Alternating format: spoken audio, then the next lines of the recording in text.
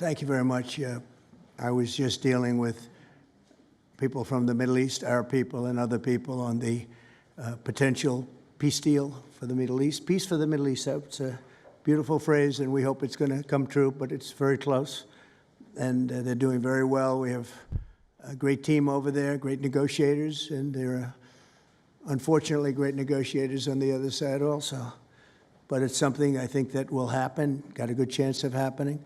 I may go there sometime toward the end of the week, maybe on Sunday, actually, and we'll see. But there's a very good chance negotiations are going along very well. We're dealing with Hamas and many of the countries. As you know, we have all of the Muslim countries are included. All of the Arab countries are included. Very rich countries and some that are not so rich, but just about everybody's included. It's never happened before. Nothing like that's happened before. And our final negotiation, as you know, is with Hamas. And it seems to be going well. So we'll let you know. If that's the case, we'll be leaving probably on Sunday, maybe Saturday, maybe a little later than Saturday evening. But that seems to be our schedule. It should be clear to all Americans that we have a very serious left-wing terror threat in our country. Radicals associated with the domestic terror group ANTIFA that you've heard a lot about lately, and I've heard a lot about them for 10 years. And other far-left extremists have been carrying out a campaign of violence against ICE agents and other officials charged with enforcing federal law. In Chicago, anarchists have surveilled at least 4 local ICE facilities and posted diagrams of the buildings online, meaning nothing but bad, accompanied by photos of specific ICE agents that they're targeting, one in particular who's a top person and a great patriot.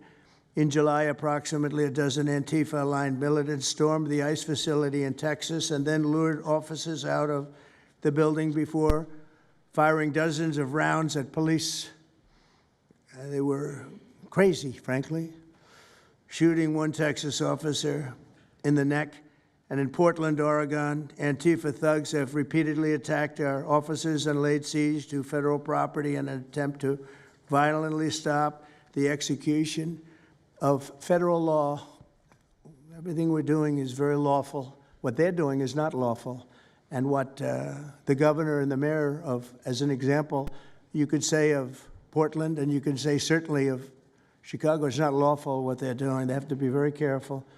In addition, 2 weeks ago, a radical left terrorist in Dallas conducted a sniper attack on a local ICE facility, killing 2 people and leaving behind a note that read, "Hopefully this will give ICE agents some real terror." That's bad. This attack came the very same month that Charlie Kirk was assassinated by a far-left extremist who inscribed the words, "Hey, fascist, catch," meaning catch the bullet, onto the bullet shelf itself. The epidemic of left-wing violence and Antifa-inspired terror has been escalating for nearly a decade. At universities, Antifa has organized riotous mobs to attack campus speakers. I see it all the time. And these are agitators, anarchists, and they're paid. And you'll find that out. You'll be finding it out very soon. You should see what we have on these people. These are bad people. These are people that want to destroy our country. We're not going to let it happen. They've used armed gangs to assault local police in cities nationwide, and they've attacked journalists reporting on their crimes. So the journalists that report on their crimes, don't worry, you're very safe. I hope that's not going to turn you around, but they have been very threatening to people, but we're going to be very threatening to them, far more threatening to them than they ever were with us, and that includes the people that fund them.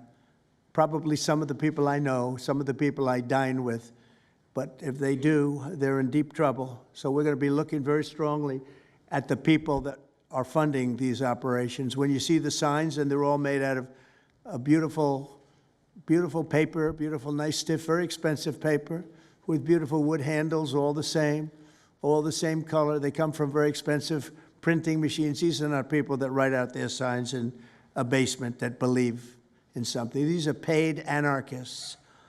At least 3 of these courageous journalists have personally been victims of Antifa attacks. Andy Ngo has been repeatedly beaten by Antifa thugs for his work in Andy is a very serious person, too, I have to tell you. I've been watching him for a long time. Is Andy here?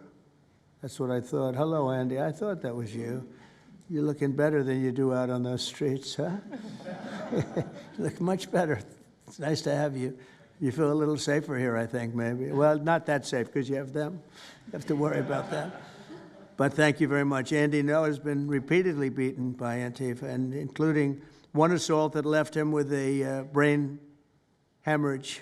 Only days ago, Nick Sortor was assaulted in Portland by a flag-burning mob, and we've made it 1 year penalty for inciting riots. We took the freedom of speech away because that's been through the courts, and the court said you have freedom of speech. But what has happened is when they burn a flag, it agitates and irritates crowds. I've never seen anything like it on both sides, and you end up with riots. So we're going on that basis. We're looking at it from not from the freedom of speech, which I always felt strongly about, but never passed the courts. This is what they do, is they incite. When you burn an American flag, you incite tremendous violence. We have many examples of it, many examples of it, and it's actually down on tape, and you see things happen that just don't happen unless it's the flag that's burning. Very recently, Katie Davis Court was hit in the face with a flagpole in Portland by an Antifa radical, leaving her with a very blackened eye. So, Katie, thank you very much. And I'd like to also say that I watched Nick. Where's Nick? Is Nick here? Right here. Nick? Hi, Nick. That was a rough time you went through. I hope you got my little note. I wrote you a note. Yeah, I really appreciated that. It helped a lot because it was a difficult situation. It was very stressful, and your note helped a lot. I truly appreciate it. I thought it was terrible, actually. I thought it was terrible. So we'll talk about it a little bit.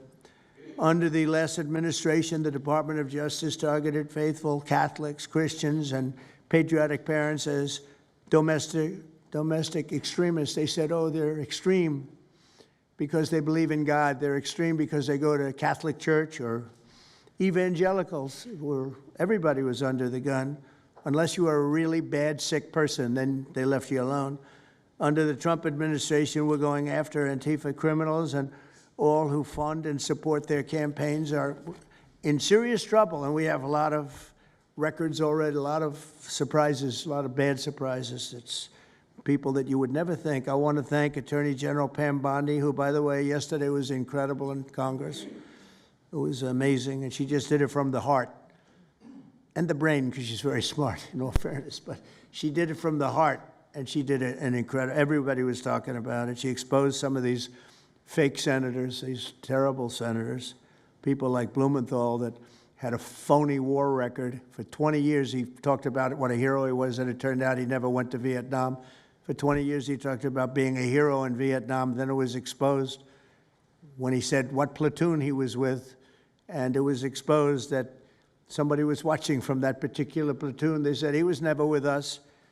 And then he went out and he cried, and he was ready to drop out of the election. And disgraceful. And then he looks at people like Pam and he starts criticizing her, and she's a patriot. They ought to do something with that. You know, we have a young congressman that's right now in jail for lying about where he went to college and other things. It was, you know, frankly not good. It was pretty bad. But it was nothing compared to Blumenthal. I mean, what Blumenthal did, he was for 20 years a hero, a great war hero. And then he sits back and, you know, sanctimonious kind of a guy, looks down, how dare you do this to the American public, you know? What a fake. But I thought Pam was incredible yesterday, as well as Secretary Kristi Noem, who's really out there courageously, and I appreciate it, Kristi, amazing what you're doing. FBI Director Kash Patel, who's really coming up with some great information, Kash. It's great. Keep it coming, because there's plenty of it.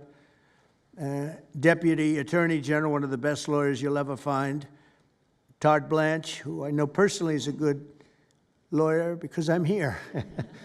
Thank you very much, Todd. Good job, Todd. Let me ask Attorney General Bondi to say a few words, and then we'll follow it up with Secretary Noem and Director Patel.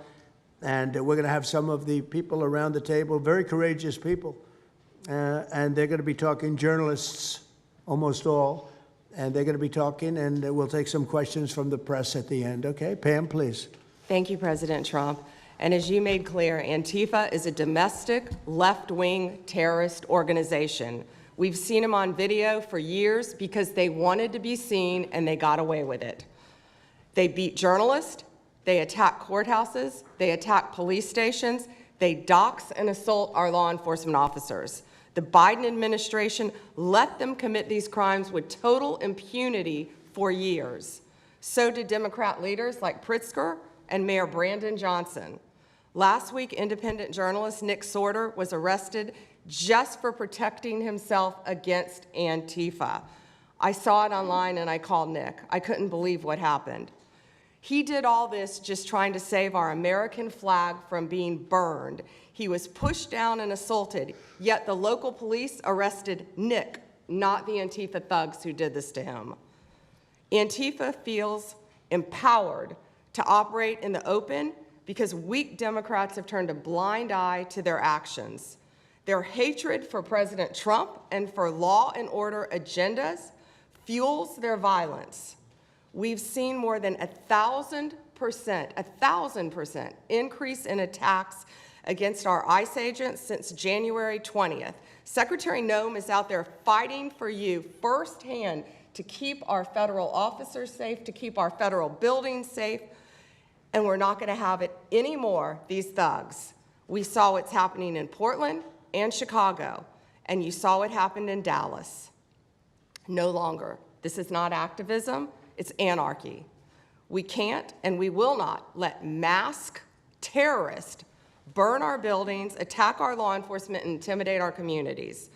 Under your leadership, President Trump, we're deploying the full might of the federal law enforcement to crack down on Antifa and other domestic terrorist organizations led by Stephen Miller. And Stephen, thank you for everything you're doing. Last week, I issued a memo ordering our federal law enforcement agents, DEA, FBI, U.S. Marshals, and ATF to protect ICE officers from Antifa and other radical left-wing violence. Director Patel has been going non-stop. He and Deputy Attorney General Blanche were in Chicago yesterday, while Secretary Noem was in Portland. We are around this country fighting against this domestic terrorism.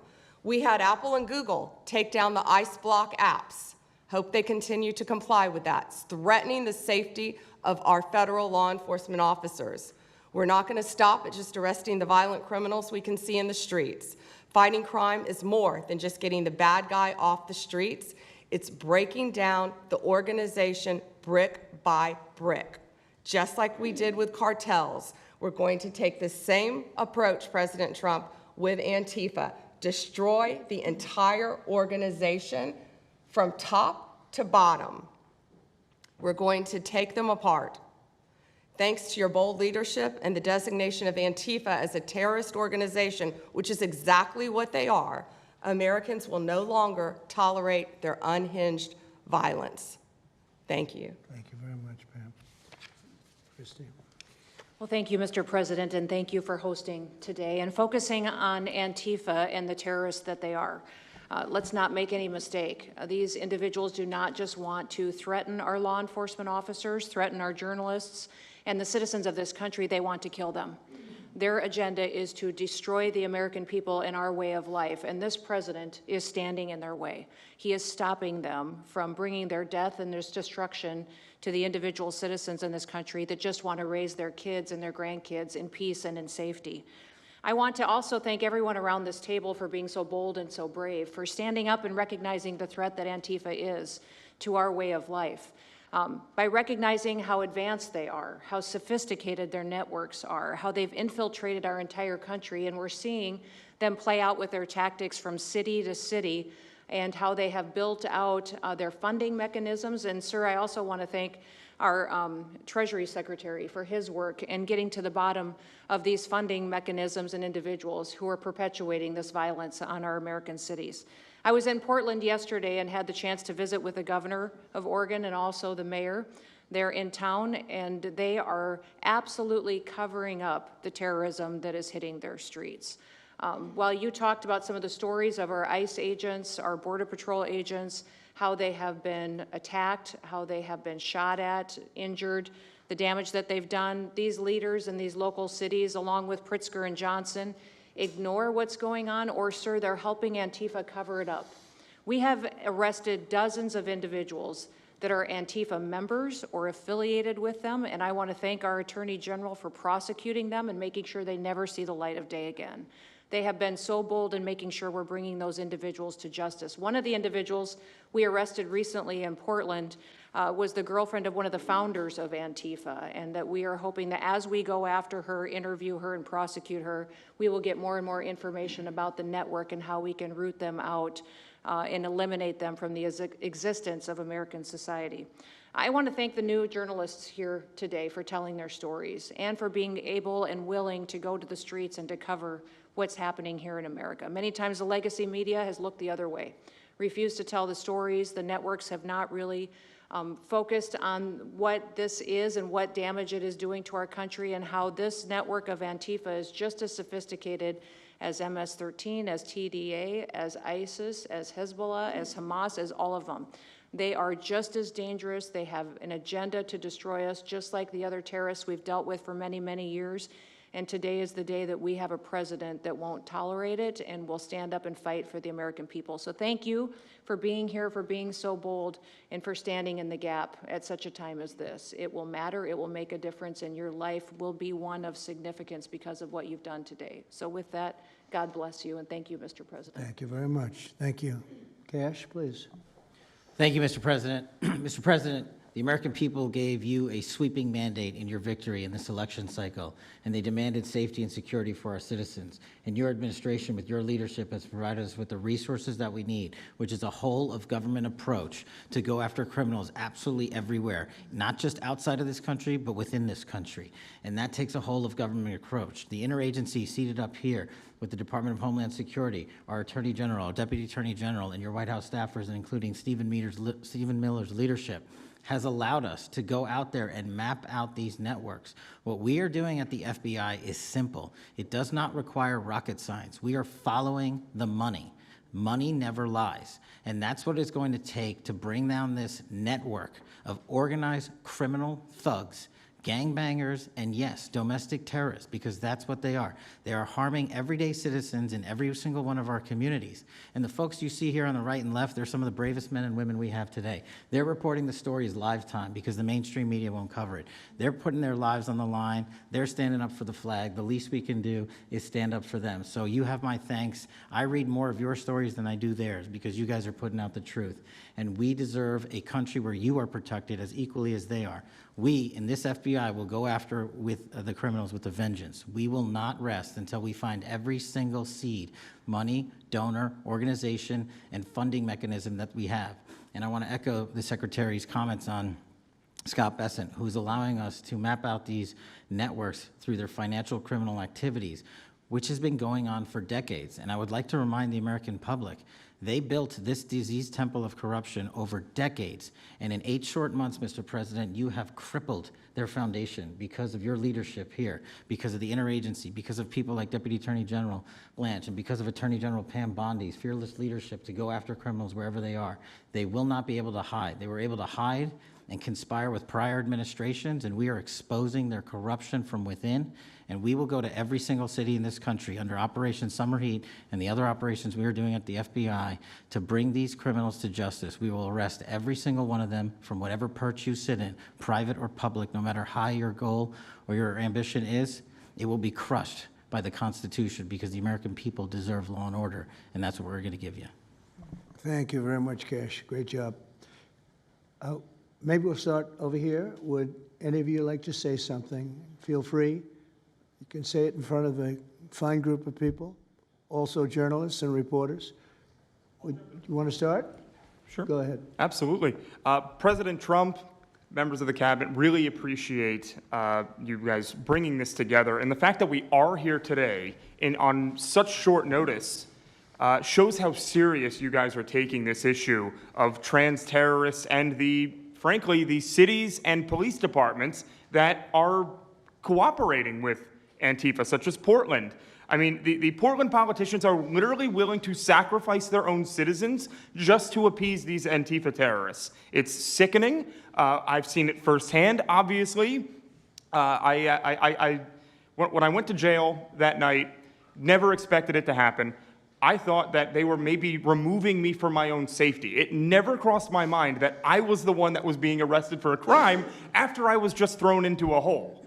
I heard from the Department of Homeland Security after I had gotten out of jail, and one of your, I won't say exactly who it was, but somebody very close to Secretary Noem over here, said that they were legitimately worried for my safety in the Portland jail. But luckily, the Portland jail was, I was the only one there, essentially, because they don't actually arrest people in Portland, besides conservative journalists, I guess. So, look, I'm glad that it was not a good night for me. Let's just say that. It was not fun sitting in that jail, but I'm glad to see what has come of it. And I've been able to talk to a bunch of FBI agents, ATF agents, DHS agents that I didn't even know existed until I went there and went to that ICE facility. And the morale is at an all-time high. It is so exciting to see these guys know now that they have the backing of the Secretary, the DOJ, as well as the President of the United States, and they are there to do their job. They are going to fulfill this mission and deport these violent criminals. I believe one of the ones that I did a ride-along with Secretary Noem yesterday, President Trump, and there was a pedophile that had come into the country 5 times over the past 7 years. 7 years, and apparently under the Biden regime that was just allowed to happen. That was fine, no problem. It's concerning to me that you're seeing the Portland Police Department, as well as the governor of Oregon, and the mayor, of course, coming out and running defense for pedophiles that have entered the country illegally 5 times. It's crazy. I'm glad it's taking a front row seat in the media. And, you know, they're being forced to talk about it in reality because, you know, we're the ones that were on the ground. We're the ones that are actually reporting what's going on. And you know, much of the legacy media has been either ignoring it or covering for Antifa for years now. So thank you guys so much for taking this seriously. And President Trump, you mentioned that flag. So remember, you put out a truth right after That's right. I saw that. took this flag from that man that was burning it in the street. I saw it. Do you know who he is? Oh yeah, I know exactly who it is. So why don't you give it to Pam? Give it to the Attorney General, and let's start prosecutions. Yeah, I actually have a second flag that he tried to burn as well. So I have 2 of them from the same guy. Well, you also saw what happened when that flag started burning. Everyone went crazy. And that's when it started, when they started burning the flag. So thank you. If you could give the information, it would be great. Absolutely. And at least that horrible night made you famous. You got He was something already out of it. I got a text from the President of the United States, so I appreciate that. And President Trump, after that happened to Nick, I called Harmeet Dillon, and we opened a pattern and practice investigation into the Portland police, very publicly, as to how they let this happen. Thank you, sir. Mr. President, Brandy Cruz, you're going to hear us be very fired up today, and you can tell, and it's because some of us have been covering Antifa for 15 years and have never had anyone in a position of authority even acknowledge their existence. And I'll also tell you that I think that had you not done, the single most powerful thing you've done to deal with this scourge has been acknowledging that Antifa is a real thing. I genuinely believe there would be people at these tables who would be dead today and would have been killed in Portland had you not called them a terror organization and said we're going to bring the full weight of the federal government to bear. I talked to Katie Daviscourt in Portland the other day. She'd been assaulted all summer. And she said the same thing, that it seems quick to violence as soon as you made that designation. So they're thinking in their heads, they're worried. There's been 24 or so arrested in Portland. They don't want to go to federal prison. There's this video of them, one of them who was in the face of an ICE agent, and then he's in custody shaking. Once you take the mask off, they're nothing. Right. And I was told by probably a dozen people not to tell you this. I'm going to tell it to you anyway, because it's relevant to what we're talking about. I'm living proof that you can recover from TDS. I had strong Trump derangement syndrome for probably 8 years. This is one of the reasons I recovered from it. And by the way, it's much better to not have TDS. I'm happier, I'm healthier. more successful. I even think I got a little more attractive after I got rid of my Trump derangement syndrome. Yes. You know, I'm a reporter in Seattle, and frankly, I could not care any less what any of you have to say about this meeting. Could not care any less. We're not here for you. I'm not here to convince any of you that Antifa is a real thing, because if you have not come to that conclusion by now, you are never going to come to that conclusion because you don't want to see it. And you're going to go and you're going to say it's a bunch of right-wing conservative influencers who are here spinning a tale. I was one of you. I was a mainstream reporter in Seattle for 10 years. I was a TV reporter on the streets doing my job, and I was still assaulted by Antifa. So it's not about being conservative. It's about people who go there and show what they're doing. And when I saw, after all those years, that the media wouldn't be honest about what was happening, that Democratic politicians wouldn't be honest about what was happening, I thought, well, gosh, if they're not being honest about that, maybe they're not being honest about President Trump either. And it opened my mind to just looking at things for what they were. And now I find you quite funny, actually. Now it's like I said, I'm much happier about it. But you know, for me, again, I could not care any less the stories that they go to print. This is what I care about. We have 3.5 years. Nothing is guaranteed, although I think if Democrats keep it up, we'll probably have Republican presidents for the next 3 decades. But nothing is guaranteed, and so what I want to see over the next 3.5 years is a full court press to dismantle Antifa once and for all in a meaningful way. I know, Andy, we talked before this about some ideas. That's really what we want to, I don't care what the media says, I don't care what Democrats say.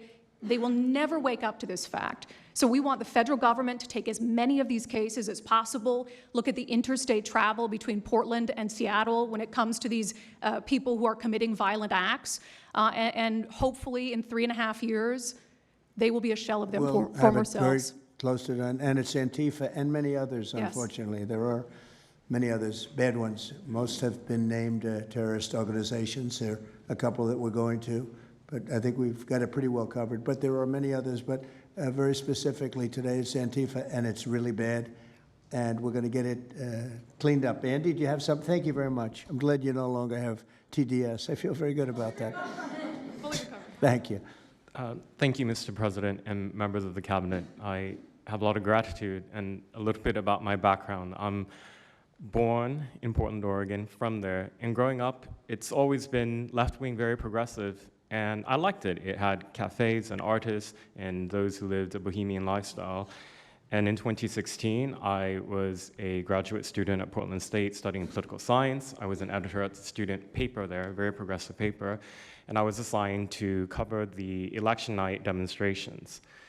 Well, the elections night protests turned to riots, 3 days of violent rioting in Portland, and it was the first time that I saw groups dressed in black with their faces covered. This was 4 years before COVID. Some of them were waving the black flag of anarchism, some the red flag of Marxism. And within seconds, they would ravage one street to another, to another, to another. And the next day, I would read the legacy media, which I still read at that time and looked forward to, and I looked up to those journalists. And I was really shocked to see that the narrative was that these, in my view, anti-democratic political violence was legitimate acts of protest because people were concerned about racism or all these other lies. And so for the next 4 years, I just continued going out with my video camera. I thought, look, people can ignore what I write because of spin, but videos can quite speak for themselves. And in 2019, it led to me nearly losing my life. I was covering another Antifa protest turned riot. At that point, had been routine in Portland, and then I was ambushed in a mob beating. And I had never been in a fight. I didn't even realize that I was being assaulted until seconds in. And the punches came from everywhere on my head and my face, and I was bleeding out of my eyes and ears, and then they threw all the drinks in my eyes to humiliate me further and to laugh at me. And I was rushed to the hospital in an ambulance and CT scan, and I had subarachnoid hemorrhage, which is bleeding in the brain, and nearly died. And after surviving that, the reporting that I saw in liberal media it seemed to suggest that I had deserved it because they branded me far right. And some even went so far as to suggest that I maybe faked my injuries. A BuzzFeed reporter asked for my medical records, which I did provide, but this felt so, it's like because I didn't die in that attack, there was another round of people who wanted to finish me off. But I continued, and then 2020, Portland was really the epicenter of the longest political violence. Those months of riots, I was on the ground, undercover, and there was an assassination there. There was a supporter of Donald Trump named Aaron Danielson who was shot dead by a self-described ANTIFA member who then fled out of state and died in a shootout with US Marshals. In 2021, I returned undercover, naively thinking that enough time had passed, and was chased through the streets of downtown and beaten, nearly choked out. The person who was trying to choke me out held me so tightly that I had the blood, the vessels in my eyes burst. So one of the symptoms were my eyes were completely red after that, and I was hospitalized. So thank you so much for acknowledging Antifa and for directing your administration to treat them as domestic terrorists. It's going to be really challenging because how they organize is that they are decentralized, autonomous, and they operate on deception. And we're still to this day told that they don't exist, that it's a figment of our imagination. I think the DOJ could look at federal conspiracy charges. The state of California and San Diego County last year broke up an Antifa cell in San Diego. And I think maybe perhaps the State Department should designate Antifa, its international arm, as a foreign terrorist organization, FTO. So thank you so much for this invitation, Mr. President. Thank you very much, Andy. Great. That's a rough time you had, huh? So the chokeout was almost the end, you felt? Yeah, that was my only near-death experience in my life, and I'm quite shaken when I think about it now. It really feels unbelievable to me that on the streets of America that this type of violence against citizens could become so routine and accepted and cheered on by people. Although, you know, in the immediate aftermath of Mr. Kirk's assassination, we saw again that type of depravity play out on quite large swaths of the left. So there's a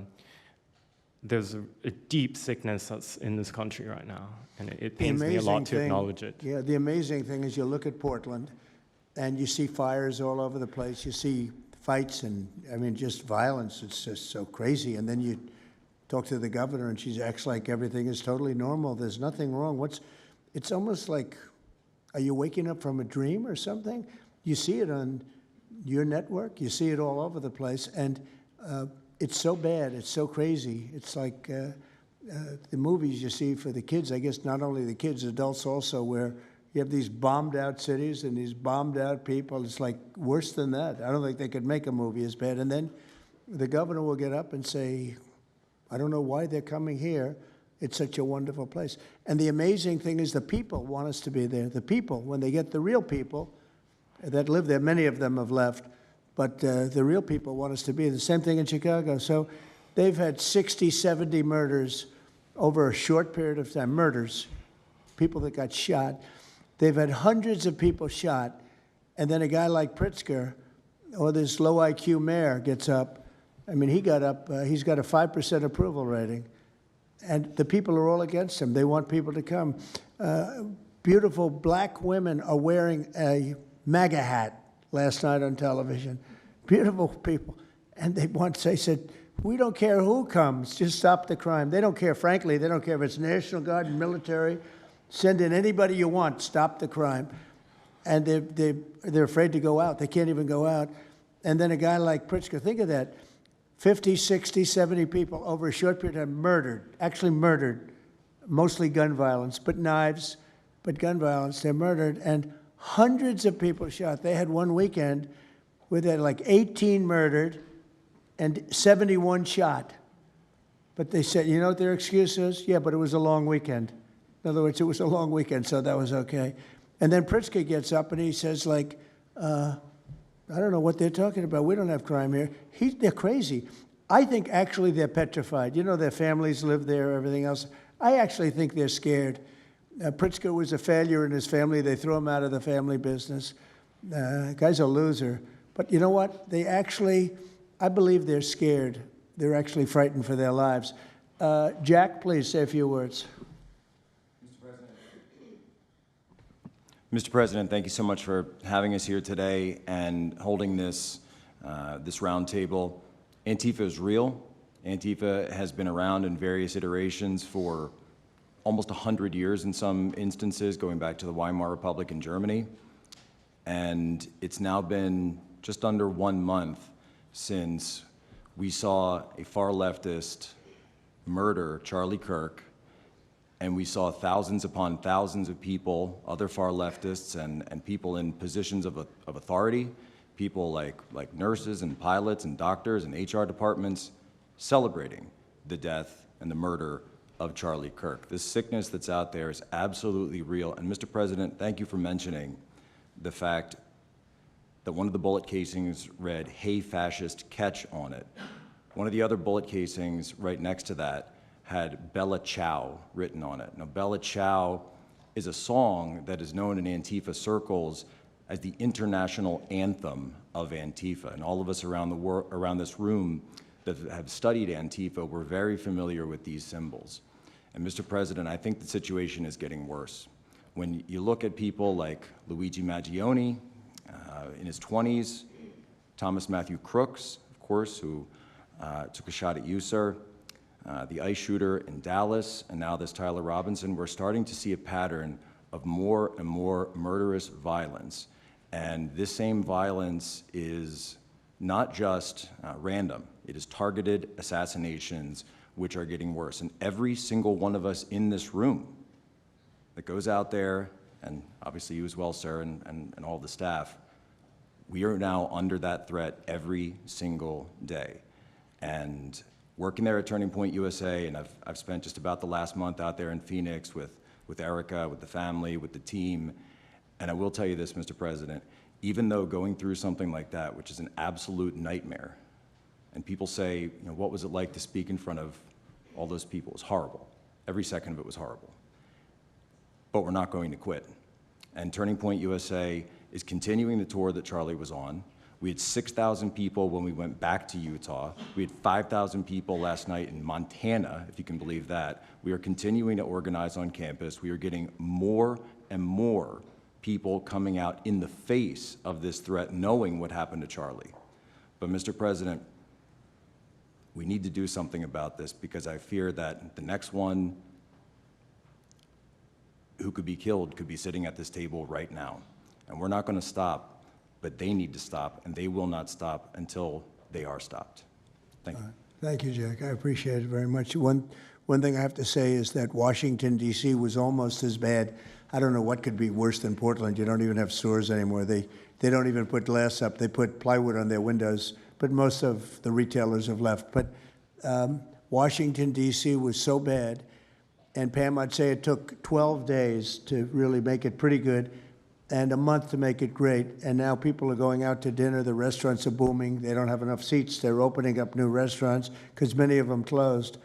And people are walking down the street totally safe. A reporter, I'm not sure if she's there. I can't see somebody reported there. She is. She was violently assaulted. And I don't know, she tends to be somewhat liberal, but she wasn't liberal on this one. I appreciated your honesty, but that won't happen again. It won't happen again. You're lucky you're alive, frankly, with what happened. I know exactly what took place. So Washington, D.C., our capital, we thought we'd start there appropriately, and it's safe, and people are so happy. They're so happy. And now it's a couple of months. I went to dinner there. I felt totally safe. I gave a press conference right in the middle of the street, which I don't think Secret Service was thrilled about. But, you know, I'll tell you what, I wouldn't have wanted to do it 6 months ago. It's incredible what happened. Now we're in Memphis. As you know, we're having a great impact in Memphis. It's been only a week, but it's, Cash, I hear it's been amazing what's happening there just very early. But you take a look at D.C. and you take a look at some of the other. We've had a big impact.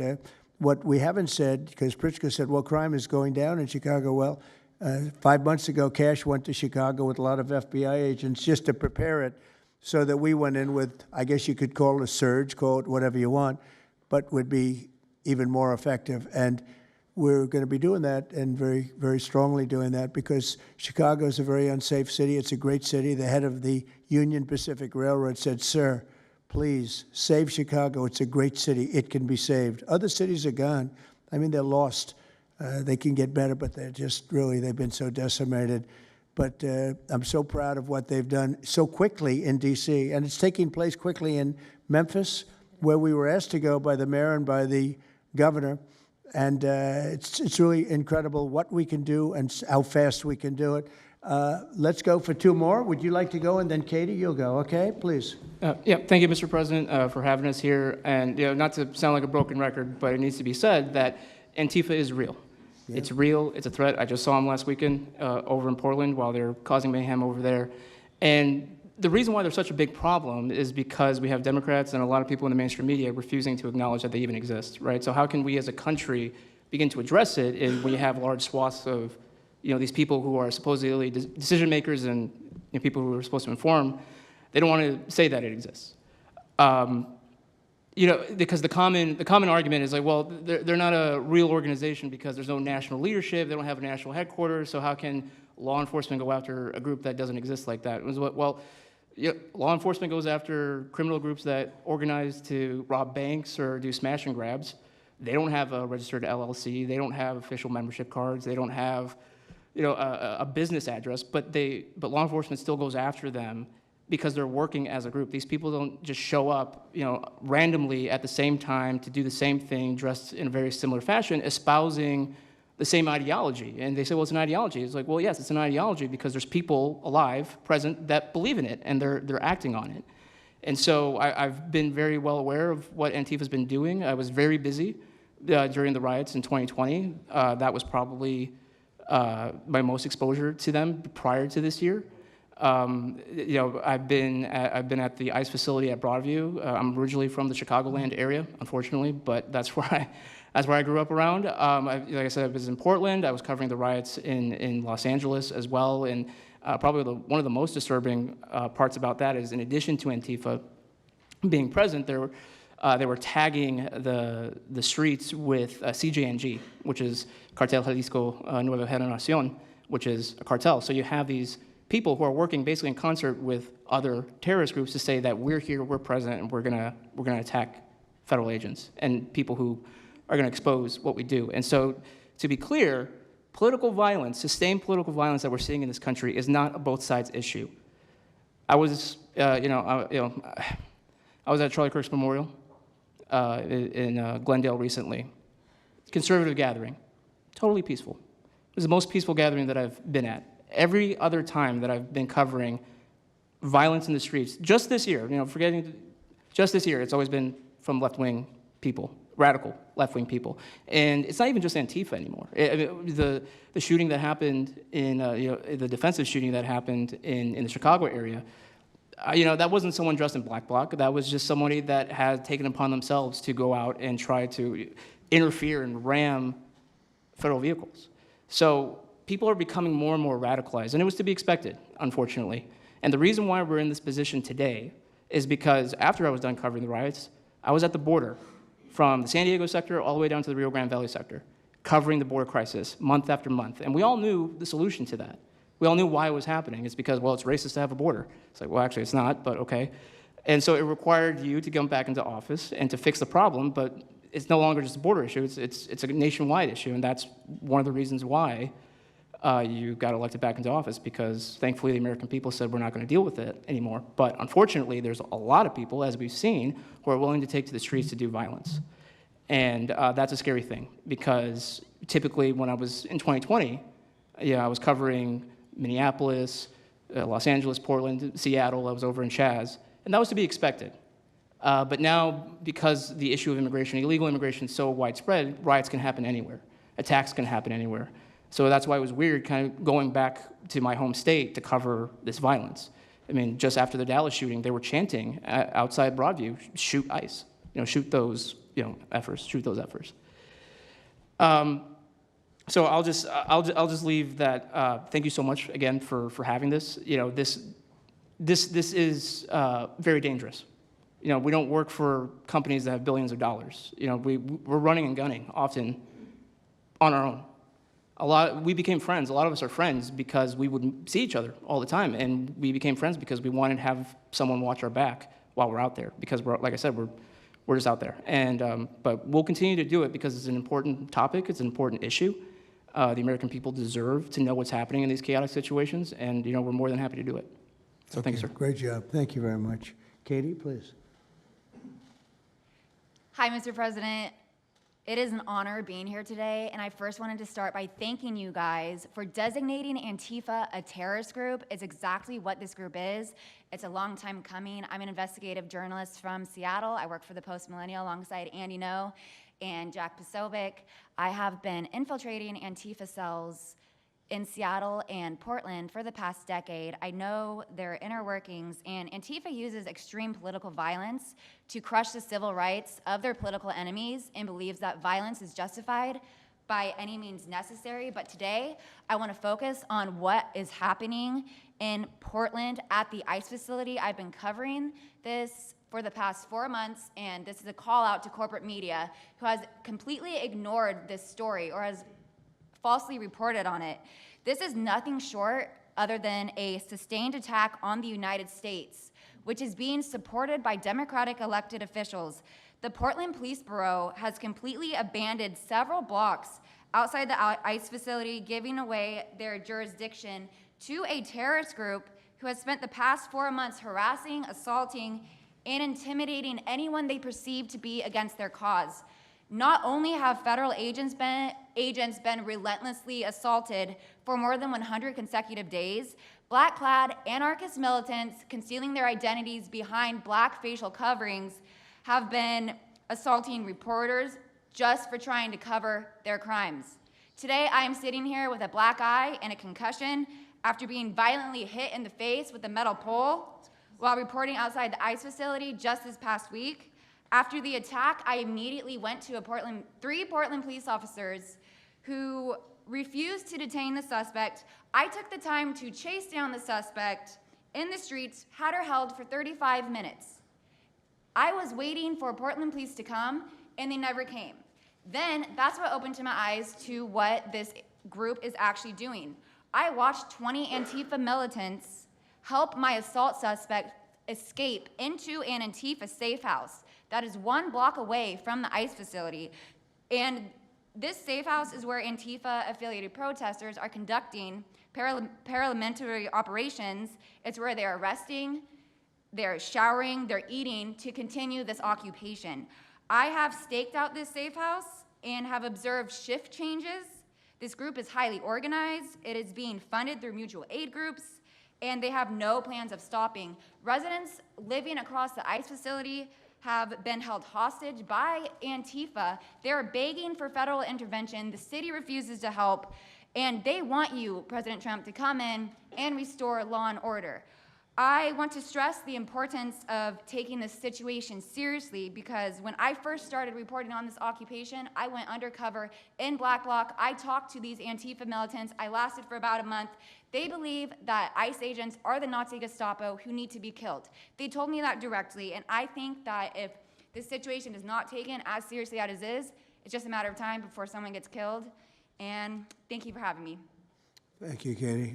That's pretty incredible. The only question nobody can answer is why. Why are they doing this? They're like insurrectionists. They're terrible people. But you really wonder why. Why are they doing it? What are they gaining other than they're obviously paid? They're paid a lot of money. Go ahead, please. Mr. President, if I can answer that question, the reason why they're doing it is because the same media that's sitting in this room with us has declared all of us at this table Nazis and fascists, and they've been doing this for years. This is why Antifa feels emboldened to attack us. Now, almost every single person at this table has been threatened with a steel bat. We've been assaulted, we've been harassed, we've been threatened, and that is in huge part due to the media. So my message right now is for you guys. Because 2 years ago, back in 2020, by the way, I was censored for my reporting on Antifa here in Washington, D.C. You were talking about how safe it is. Now, Mr. President, it wasn't so safe back then. Back in 2020, I watched as a father was being mobbed and surrounded by Antifa members as his terrified, crying children looked on and the police here did nothing.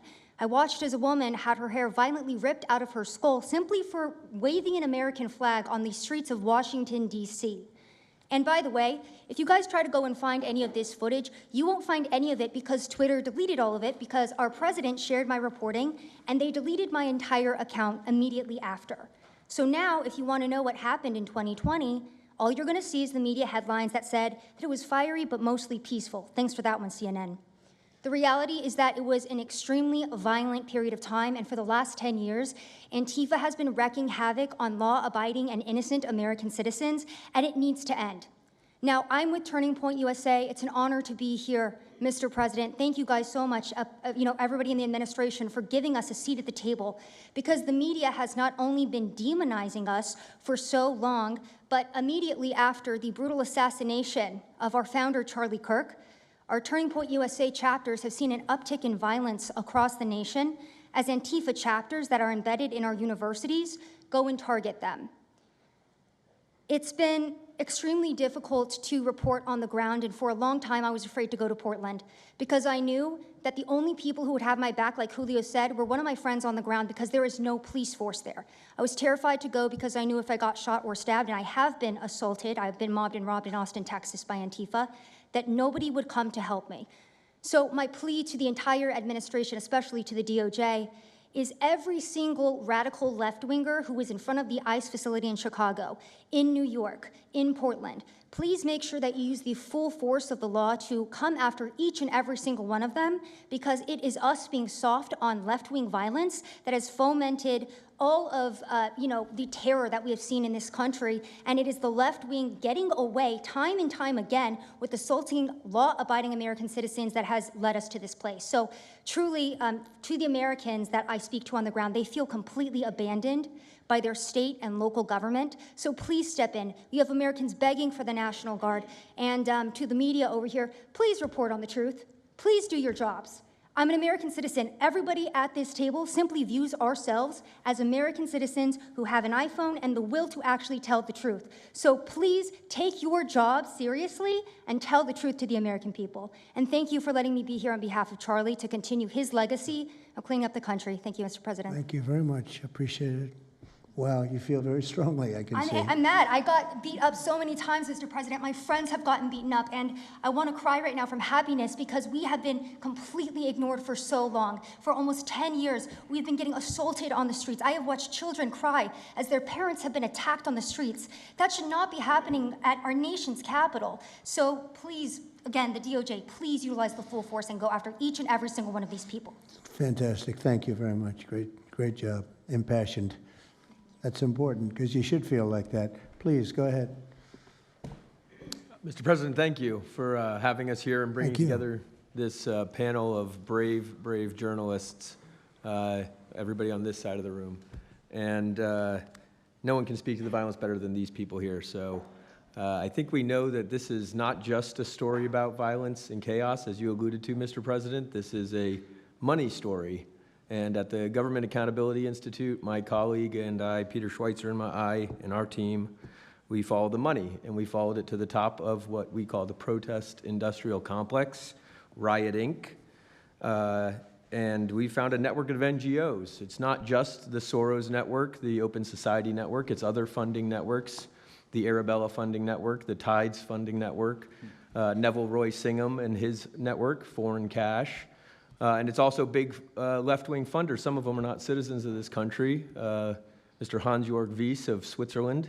They're pouring money into this entire ecosystem. And so I want to share 3 money facts with you about what we call Riot Inc. Number one, like any corporation, Riot Inc. has many divisions. It doesn't just have the Antifa boots on the ground division. It has PR divisions. It has marketing divisions. It has a very well-funded legal division to get these boots on the ground back on the streets as quickly as possible. But it does have those investors that I mentioned. Number 2, we have identified dozens of radical organizations, not just the decentralized Antifa organizations, but dozens of radical organizations that have received more than $100 million from the Riot Inc. investors. These would be the lawyer groups. These would be the groups that advocate for calling good, honest Americans fascists, et cetera. And then 3, I think the most shocking thing is that we have found that more than $100 million in U.S. taxpayer funding has flowed into these funding networks, including at least $4 million to these very groups themselves, not just Antifa types, but there was an event in Atlanta called Stop Cop City. Over 60 rioters were charged with domestic terrorism. These groups received money for that from both the billionaire class as well as taxpayer money. So one other thing, this money helps fund the decentralized crowdfunding platforms. These are ways that Antifa, the John Brown Gun Club of Elm Fork, which had links to that attack on the ICE facility, the Socialist Rifle Association, and just because they don't have LLCs or EIN numbers doesn't mean they can't get paid. Some of these funding platforms, crowdfunding platforms, are funded by this network that we call rioting. So again, I want to thank you for your leadership, for the whole cabinet's leadership on this. We're going to keep following the money and appreciate everything you're doing, sir. Do you know the name of any of the funders? Do you know the names? Because if you do, I'd like you to give them to Cash or Pam. Absolutely. Or Christy. Yeah, we'll do that. As soon as you can. That's all of you. Because you probably know the names after a certain period of time. You tend to find out. But these are people that do not have good intention for the country, and that's treasonous probably. So if you could, very important, if you could do that, it would be great. Nobody would know better than you. You'll figure it out. Thank you. Please, go ahead. Yeah, my name's Nick Shirley. I'm 23 years old. I'm a 100% independent YouTube journalist. And over the past year or so, I've been able to go to 15 countries. I've hung out with people in the gangs of Brazil, in the favelas, in the prisons of Secot. But yet the most dangerous places I have been here in the United States, unfortunately. And I've had the opportunity to show people about the protest Antifa here in the United States, and there's nothing organic about what they are doing here in the United States. I've watched people be bussed in from states. I've watched the same lady at a protest in Atlanta be bused to the protest in DC and then in New York City. There's nothing that is honest about what they are doing. And they have signs. I've seen the same signs here in DC and in London as well. It's a big organization and corporation that they're running. And people may wonder, like, what's the threat to us as Americans if we go? Well, you'll be labeled as a fascist, you'll be labeled as a Nazi, and they'll wish death upon you, because they wish death upon me. And just last week in Portland, Oregon, I watched a lady get trapped in her car, surrounded by Antifa, and her sister messaged me after seeing the video. She said, the only reason I think my sister was safe is because you were there recording. I also was chased out by a member of Antifa who said he would smoke me, and next thing he knew, a DHS sniper had lasers on his chest. If he was not there, who knows what would have happened that day. These people are very dangerous, and people wonder how they're able to do it. The reason is because these cities are not enforcing the law. And why should these people be worried if the law is not being enforced? And we are not far right, nor are we far wrong. We're just right. And the truth about what's happening here in America with these groups is very dangerous, and I thank you, Mr. President, and your administration as well for acknowledging that. Thank you very much. It's too bad you have to go through it. I know, it's a little crazy, right, Mr. President? Well, you're going to get to the bottom of it, so it's a very important thing you're doing. Thank you very much. Please, Cam. Yeah, I've just got something very short. I'm attacked every time I do my job. When I leave my house to go to work, I am violently assaulted. I've had guns pulled on me. I've been bear sprayed. I've been beaten down. I've been almost killed. So my question for all of you is, how would you feel if every time you showed up to work, masked militants tried to kill you? Because that's how we feel. That's our lived reality. And you guys go and tell us that we're liars, the riots aren't that bad, right? I've never seen any of you guys on the ground. In fact, I've never seen anybody representing the companies you work for on the ground. You guys come to us for interviews that never get published. Stop saying we're lying. We're not. We risk our lives every day to do the job that you guys are too afraid to do.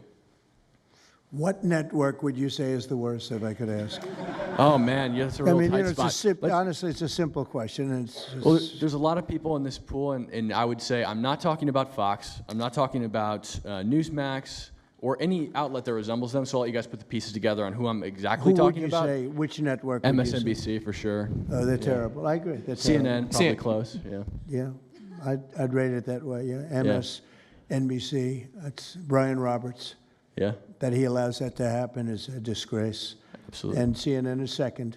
Yeah, I would second. say CNN is not quite as bad as MS. MSNBC is not What really a about news others? site anymore. Oh, MSNBC is sick. Yeah. They're sick. Well, Who- sir, it's who also else? just the stories that they publish about what's the ICE enforcement operations that are so heavily slanted that it's no longer, as I was saying, no longer just Antifa, but Americans that are becoming radicalized. So they've been very irresponsible with how they've been reporting Who on is it. that? MSNBC, for example, they're Would you rate them the worst? probably. And They who ran would a you rate story- second? Well, they ran a story about an operation in Southern California about how a father of 3 Marines was arrested, and they made it seem like they just did it because he's brown. But there's video of that same man charging at the agents with a weed whacker. Now, I've worked with weed whackers back in the day, and you don't want to be on the receiving end of one of those. So that's why he was arrested, but the story was presented as if it's a brown guy just simply being arrested. And I've been around ICE agents, and I'm a citizen, so I feel fine. But it's just that's why. It's not just Antifa. It's not happening in a vacuum. It's No, it's multiple working in factors. conjunction. I think they work in conjunction with some of the media. I think ABC is very bad. I think NBC is very bad. And CBS has a new owner, so we have hope for CBS. CBS has a great new owner, my opinion. But I will tell you, ABC is terrible. NBC is terrible. NBC's MSNBC too. They changed it. They moved it over legally so they couldn't be tainted by the words MSNBC, but they are absolutely terrible. There are a lot of them. What about independents? Independent networks. They're a little bit better, but I would say that we're an example of how you don't need to be part of a super large company to be able to do just basic journalism. All you got to do is sit and record, and you'll let the story play out. And that's why they hate us. That's why Antifa Well, I targets watched us. a level of dishonesty that's incredible, where answers are changed. Like just before the election, an answer was changed by Kamala. She gave a horrible, death-defying, election-defying answer, and they took the answer out and they replaced it with another answer that she gave 5 minutes later, having to do with a different subject, but at least it wasn't election-defying. No, the level of dishonesty with the media is incredible, whether it's on Antifa or many of the other groups. You're talking about Antifa, and I know that's close to your heart because that's the one that's most affecting you, but there are others that are as bad or almost as bad as Antifa, having to do with different people, different sections of the world, but it's terrible. We're not going to let it go on in this country. We're not going to let it go on. And a big problem is not all of them, but some of the networks out there. And you do wonder why. You really do. Okay, please. Go ahead, yeah. Mr. President, thank you again. Thank you. My name's Jonathan Cho. I am an investigative reporter for Frontlines Turning Point USA. I'm also a senior fellow at Discovery Institute in Seattle. And I cover far-left extremism as well as the homeless drug crisis in America. And I find it oftentimes those worlds intersect. And hot off the presses, what I wanted to bring to your attention today is a report from a Capital Research Center here in DC in conjunction with Discovery Institute. They just put out this study right now, and what it shows is that Antifa is heavily embedded in the homeless and housing nonprofit sector. In many cases, the homeless industrial complex is running cover for Antifa. Antifa is benefiting from American tax dollars, and they're essentially being used as the muscle. Let me give you an example. There's a group called Stop the Sweeps in many U.S. cities right now. They get in front of encampment sweeps. What they're doing quietly is they're bringing in Antifa militants to manufacture a crisis to make the police look bad. Another group right now that is behind Antifa and working with Antifa very closely, based on the research that we have right now that we're going to give to you and your team, are the Democratic Socialists of America, also known as DSA. Again, these far-left progressive groups tend to be aligning themselves with Antifa. So finally, in closing, what I wanted to thank you again, Mr. President, is that a few months ago, earlier this year, you put out an executive order on homelessness and the drug addiction crisis in America, and that's sent the entire homeless industrial complex on the run. You have absolutely moved the needle and changed the game. But what's also come out, again, is that there is a connection, a deeply embedded connection with the homeless housing nonprofit game in America, connected to Antifa and the far-left activists. And finally, I just wanted to say that all of our resources at Turning Point USA and Discovery Institute are at your disposal, and we will continue, again, to carry on the legacy of Charlie Kirk. He would have wanted us to pursue and chase this story. Well, he was a good friend of mine, as you know, and he helped us get elected. Us, it really is us. It's even some of them, but not too many of them, not enough of them. And did you notice when we mentioned CNN and MSDNC, the cameras went off. 2 of the cameras immediately went off, but they're not going to cover it anyway. The problem we have is that this is a very important meeting, but you'll see very little press about it. These are major statements being made by major people, including the people right here, and you're not going to see too much about it. They don't like to cover this kind of thing. So it's very dishonest what's going on there. I think the press is a big factor. Please, go ahead. Thank you, James. Mr. President, thank you so much for having us all here to bring attention to this matter. You know, you did mention MSDNC, CNN, a handful of those other outlets that have been lying about, I mean, various things, but especially what ICE, the brave men and women over at ICE have been doing.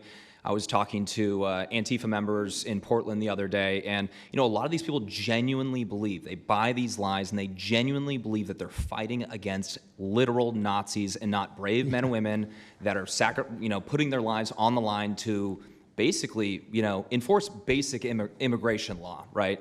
That everyone seemed to agree with up until maybe a few years ago, a handful of years ago. So once again, thank you so much for having me. My name is James Klug. While my primary job is traveling around the country, having conversations with Americans about various political topics and issues, you know, I have had a lot of run-ins with Antifa over the last 5 years. And I do think that Antifa is a primary reason why many conservatives are afraid to go out and protest and make their voices heard and maybe bring friends and family to a demonstration and exercise their First Amendment right, because they are literally deathly afraid. And I talk to these people all the time.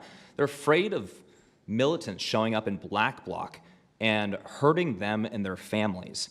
And, you know, I've personally witnessed Antifa assaulting hundreds of police officers. I've witnessed them firebombing police departments and federal property. I've witnessed them making death threats against federal agents, police officers, journalists. I think I've witnessed every single person here, maybe not personally, but I've seen them get, you know, hunted down and attacked.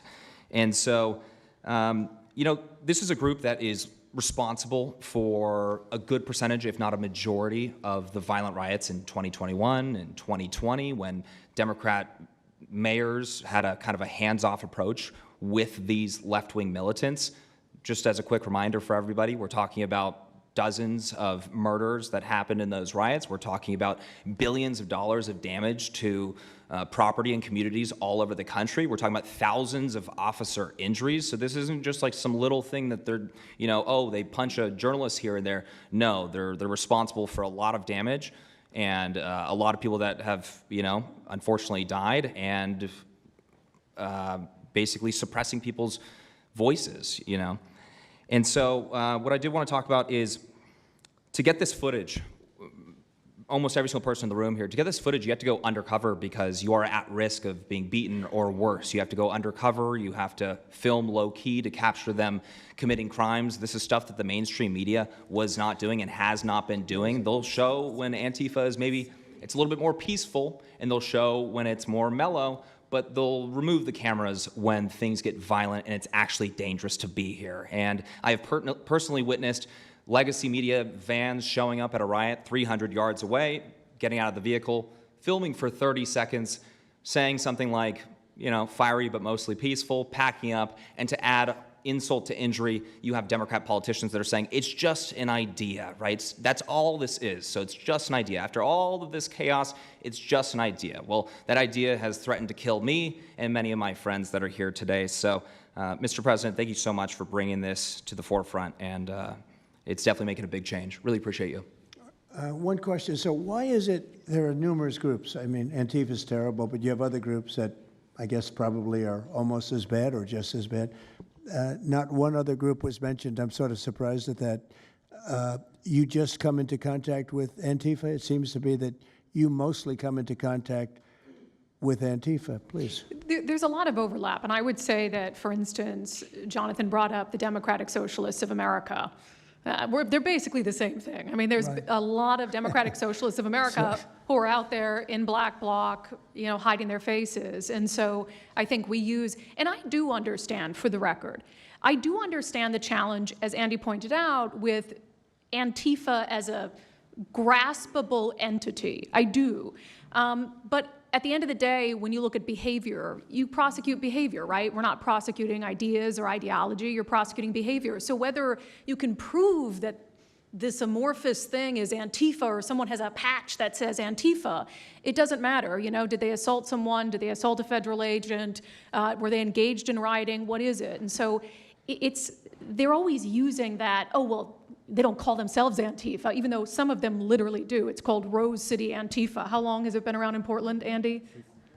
Since 2007. They call themselves Antifa. In Seattle, I was outside the federal building, and they were yelling, "There's no police here, this is Antifa land." And then at the same time, Democrats, like our governor, oh, Antifa is an idea. But yeah, I think Antifa can overlap with a lot of other entities and organizations. Okay, very good. Thank you. President Trump, I just wanted to add this real quick, because you were asking which mainstream media outlet is the worst. What I think, it's any of them that decided to call Kilmar Abrego Garcia Maryland Dad. Because when I'm out there on the street talking to these people, they call Maryland Dad is this human, he's actually a human trafficking MS-13 gang member that's illegally in the country. But the amount of people on the street that I spoke with that thought that he was a U.S. citizen that was being deported to Uganda is dangerous. These people genuinely believe, based on what comes out of the garbage standing over here, that you guys are deporting U.S. citizens. So that's what's causing all these problems. So when you have a governor like Pritzker in Chicago, where you have Illinois, which is in a lot of trouble. Chicago's there, potentially a great city again. It's not great now, but it could be great again. That's why we have to get there soon, because eventually you can't do that. What makes a man like that say that things are wonderful? Why doesn't he say, we love that President Trump is going to come and help us clean up Chicago and make it safe again, as opposed to fighting us and pretending that there weren't 50 murders and 200 shootings and all of that? Why is that? Go ahead, Nick. To spite you. To spite the administration. That's simply what it's about at this point. Because, if you go and talk to some of these citizens, like, I'll use Portland as an example again, because I've been there for so long now. You talk to the neighbors that live in the apartments next door to the ICE facility. There are veterans with PTSD that live there, and they're here all night long, screaming, fireworks being lit off by these rioters, children crying because they, can't sleep at night and they're scared of all the noise outside, and they can't leave. They can't. They got a lease. You can't just leave. These people aren't wealthy individuals, and that's one of the major problems here. And these people are afraid to come out and speak out. And they're getting no help from their government at all. They've been begging for the noise ordinance to be enforced outside of their apartment complex for months now, and the city of Portland has ignored them every single time. The victims are, as I said, they're afraid, but the governments aren't doing anything because they want to spite the administration. It's all political. And the politicians make you feel like you're foolish, like there's something wrong. Like, how could President Trump be saying that about Chicago? And yet the night before you see that, 11 people were shot, 5 people died, and you have him talking about like it's a wonderful situation. They make you feel guilty. And a lot of people don't get over that. They just don't get over it. I think they convince the people. Do wealthy people leave too or not? Places like Portland, are the wealthy people leaving? People that can leave, are they leaving? I think that they're moving to the areas that have been gentrified. I mean, the Oregon governor, when she was saying, we don't need Trump here, she's walking around, it's a very tight shot, if you notice that. And she said, Portland's just fine, look at me. And they'll focus on the couple areas of Portland that are very nice. Well, she was saying that, and there were explosions in the background. Yeah. I mean, there was a reason they cropped it in. Explosions in the background. Sir, Anybody have anything else to say over here?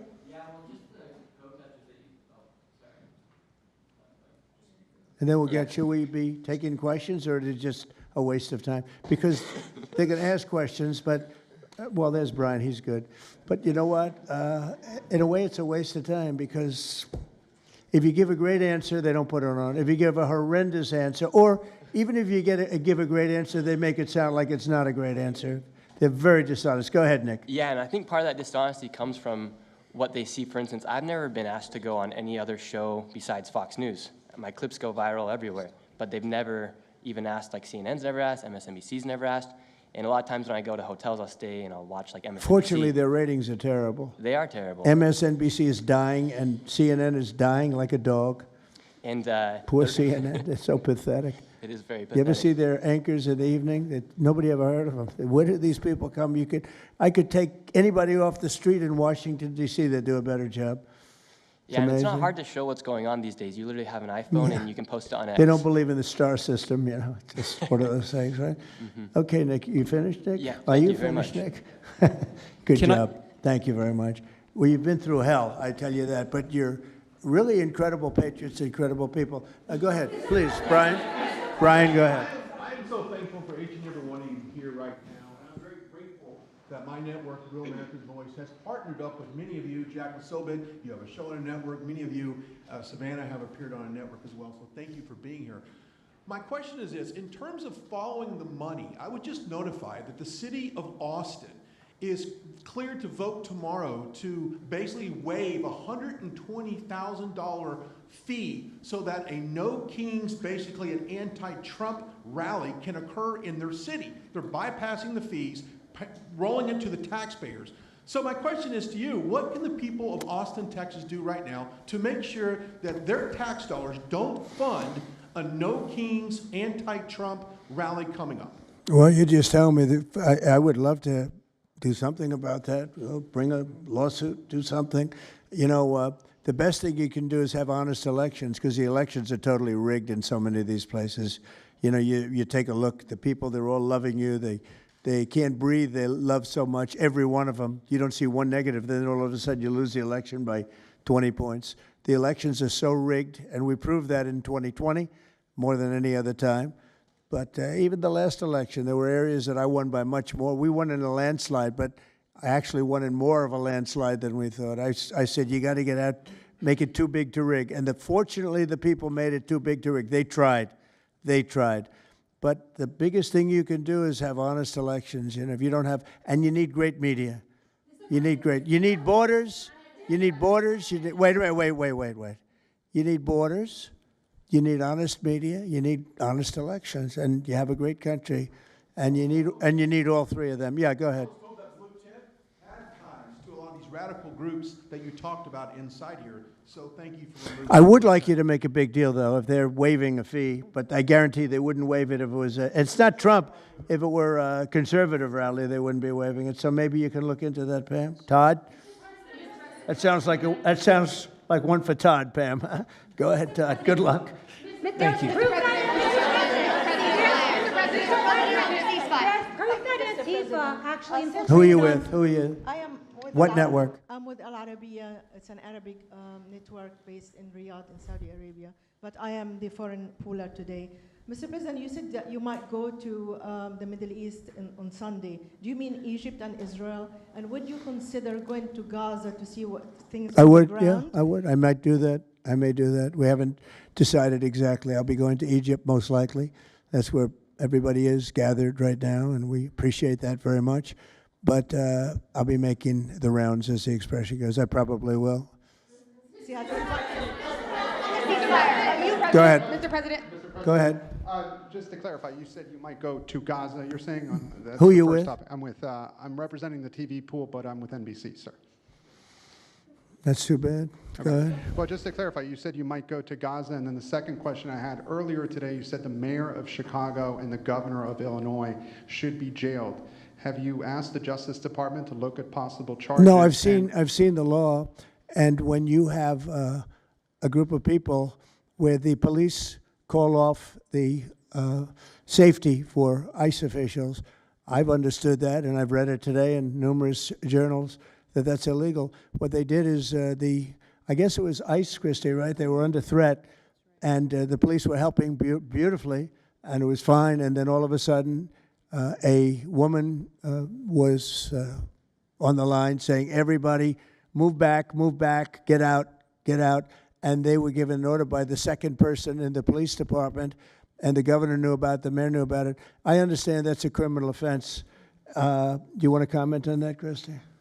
Yes, sir, we're seeing that kind of pattern happen with local law enforcement and state law enforcement, not just in Illinois, but also out in Oregon, too. In fact, in Portland, I was there yesterday, but some of the ICE officers were telling me that as they drove by the rioters that were saying, kill ICE agents, Molotov cocktails, melt ICE, that the Portland police were cheering them on and had their fists in the air cheering on the rioters that were threatening their lives. So in Chicago, we had a 10-car caravan trail our ICE officials and pin them down. And those ICE officials, to get out of their vehicles, a woman tried to ram them and run them over, and shots were fired to get them to safety. So it's happening on a regular basis, and any elected official that allows this to happen and gives cover to those kind of individuals who are perpetuating murder should absolutely be prosecuted, in my opinion. Mr. President, Daniel. And by the way, we have Marco Rubio. Marco, come on up here, please. He's going to bring a little stability to this group. Come on up. Does everybody know Marco Rubio? Is there anybody that doesn't? Some of the reporters don't. That's why they shouldn't be reporters. Which job is he here for today, Come sir? on up here, Marco. Anything we should know about the Middle East? That's what we're hoping to talk to you about here, Mr. President. Once they He's doing a good job. He was born for this job, I can tell you. Daniel, please. President, thank you very much. I have two questions for you, if that's okay. Seamus talked a little bit about the money aspect of this. Do you believe if you go after where the money is coming from with Antifa, in regards to Antifa, do you believe that would be similar to cutting the head off the snake, so to speak? And I have a question It on would this. help. I don't know that it would be totally complete, but it would certainly, you'd knock out 75%, 80%, 85%. These people, a lot of them don't believe it. You know, when I watch them, I say, I can almost tell a pro by, they're like professionals. That's all they do. And they get paid by somebody. I think it would knock out a lot of it. Yeah, not all of it maybe, but a lot of it. And then a follow-up to that is a lot of the people who we've listened to over the last hour, they've emphasized that Antifa, it's not necessarily this big organized thing. It's a bit ambiguous. It's deorganized. I think that's one of the words that Andy used. What is the challenges of going after a group that makes it intentionally difficult to go after and find? That could be for you, the Attorney General, anyone up there. Well, they're smart people, and they deceive. A lot of them are crooked people. A lot of them have been staying out of trouble their whole lives, and they've been bad from the day they were born, frankly. But these are sick people. Pam, go ahead, please. Well, they're smart, but they're not smart enough. Oh, my microphone's broken. They're smart, but they're not smart enough. They have been covered by these liberal cities for so many years. And that's why we're all working with Treasury, with all these different departments, to find the criminal conspiracy. Okay. I'm just giving. I was just given a note by the Secretary of State saying that we're very close to a deal in the Middle East, and they're going to need me pretty quickly. So I will take a couple of more questions. Please. Thank you, sir. I also have two questions for you, if I may. Have you given any more thought to possibly suspending habeas corpus to not only deal with these insurrectionists across the nation, but also to continue rapidly deporting illegal aliens? Yeah, it's suspending who? Habeas corpus, sir. Oh, I don't know. I'd rather leave that to Christy. What do you think? No, sir, I haven't been a part of any discussions on that. All right, go ahead. In the ceasefire This is negotiations. CNN speaking, by the way. So, Are you this is personally one of the worst reporters that you'll ever see. I don't even want to take a question. It's a waste of time. Go ahead. Mr. President, how will you decide which workers get back pay and which workers do not? Well, we're going to see. Most of them are going to get back pay, and we're going to try and make sure of that. But some of them are being hurt very badly by the Democrats, and they therefore won't qualify. Go ahead, please. What will the administration do to foreign Antifa organizers and funders who are located overseas? Go ahead. In the yellow, please. So the Nobel Peace Prize will be announced on Friday. You've been nominated by many world By leaders, many countries, that's by many right. countries, as well as the hostage families. Do you think you will win? I have no idea. I mean, look, I did settle. Marco would tell you we settled 7 wars. We're close to settling an 8th. And I think we'll end up settling the Russia situation, which is horrible. 7,000 people died last week, by the way, in Russia, between Russia and Ukraine. I think we'll settle that. So I don't think anybody in history has settled that many, but perhaps they'll find a reason not to give it to me, you know? Perhaps they will.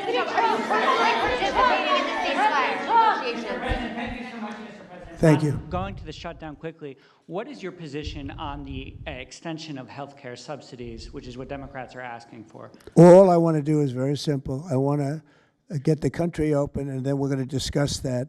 And we'd like to, Obamacare is a horrible mess, and it has been from the beginning.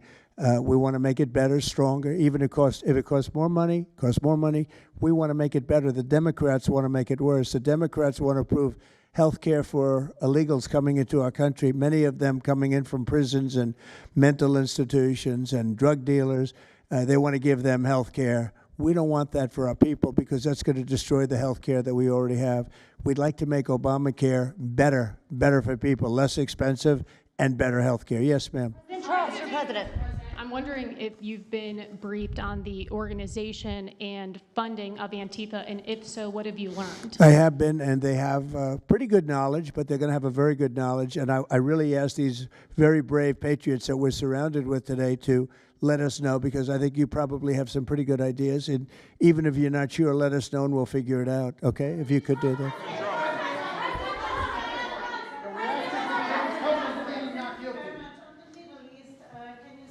You're from Italy? No, I'm from France.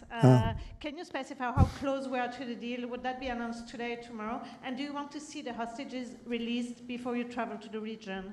No, I think I'll probably go maybe before the hostages are released or shortly thereafter, pretty much shortly thereafter. Yeah, please. Participating in the negotiation. Go ahead. Who are you with? Who are you with? The Center Square. I had the honor of asking you originally if you would designate Antifa a terror organization. And I stand here before you today, and I'm echoing what Andy said over here. Are you going to work with your administration, as the Secretary of State's here, are you going to work with your administration to designate it a foreign terror organization?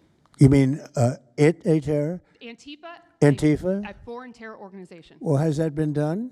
Pretty close, right? Would you like to see it done? Yes, Mr. President. Do you think it would help? They have foreign links I'd be glad all to across do it. I Western think it's Europe. the kind of thing I'd like to do. If you'd like, does Middle everybody East. agree? If you agree, I agree. Let's get it done, okay? Let's get it done. Marco, we'll take care of it. Mr. President. That's international, you mean? Yes. International. Yes, President. Sounds good to me. Foreign terror organization. Steve, are you okay with it? Yes, it's true. There are extensive foreign ties, and I think that would be a very valid step to take. Good, I think so too. Yes. Good, I think it's a good point. Thank you. President, are you planning on personally participating in this?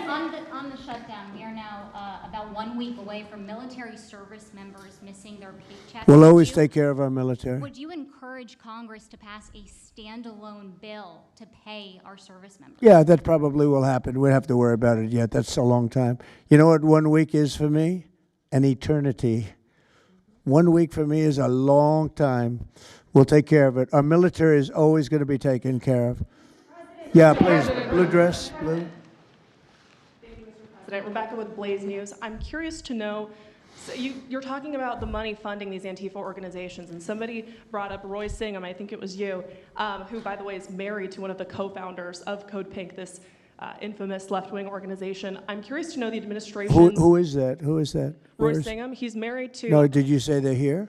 No, he's not. A journalist brought him up, but he Oh, I is, see. Okay. Yeah. Okay. Seamus, thank you. Good bring up. Excellent. Go ahead. He's somebody who's been reported on extensively, and I'd love to know what the administration is going to do to actually bring consequences to some of these names. You mentioned. Well, I don't know the name, but I would like to ask Pam to take a look at it. You know, a lot of the best information we find are through you and other people like you, so I'd like you to look at it, Pam.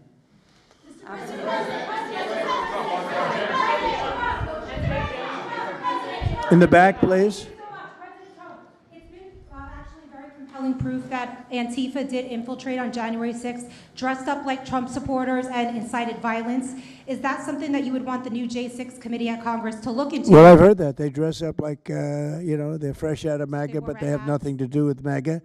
And they make trouble and they try and blame it. And yeah, we know some of that, and we will be acting on some of that. We've seen it. So I think you could stay a little longer, but the problem is, although you have some very honest journalists in here, you also have some largely dishonest journalists like MSDNC and CNN.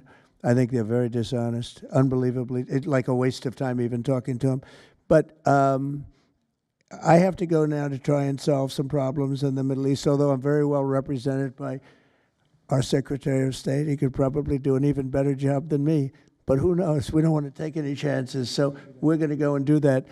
If you'd like, Pam, would you like to stay for another 5 minutes, 10 minutes while we have all these great people? And I'll let Pam and Christy take over and get some good points out. I just want to thank the people around the table in particular. You've been amazing. You've been brave. You're real patriots. You're real patriots. And at some point, we're going to have to look into, at least in certain cases, rewarding you with some very important medals and honors, okay, as we have done and will be doing with Charlie Kirk. Charlie is getting the Presidential Medal of Freedom, which is our highest award outside of the Congressional Medal of Honor. And I think they're sort of even. One's civilian and one's military. But unfortunately, the civilian sometimes is military also because of what we have to go through on the streets of this country. I can only tell you this. We have a great nation. We have a nation that's right now the hottest in the entire world. We're the hottest nation in the world, despite all of the things we've been saying today. But that's going to make your job easier because nobody's doing better than we are financially. We've never done better. We've had, I think, 58 stock market increases since I've been top, meaning record increases. We have never seen anything like it, and we're going to keep it going. That makes it a little bit easier for what we're doing. I guess maybe it also makes some people crazy because they don't want to see us do well. But we're the hottest nation anywhere in the world, and we were a dead nation 1 year ago. I say it all the time. We were a dead nation. Now we're the hottest nation in the world, and that's said to by every leader. One of the reasons that we have every country already signed up or just about to sign, every country in the world on this whole mess we have going over with Hamas and the Middle East and all of the things you see, is they respect our nation. A year ago, you wouldn't have been able to get it. You certainly couldn't have gotten it with Biden. You didn't know where the hell he was.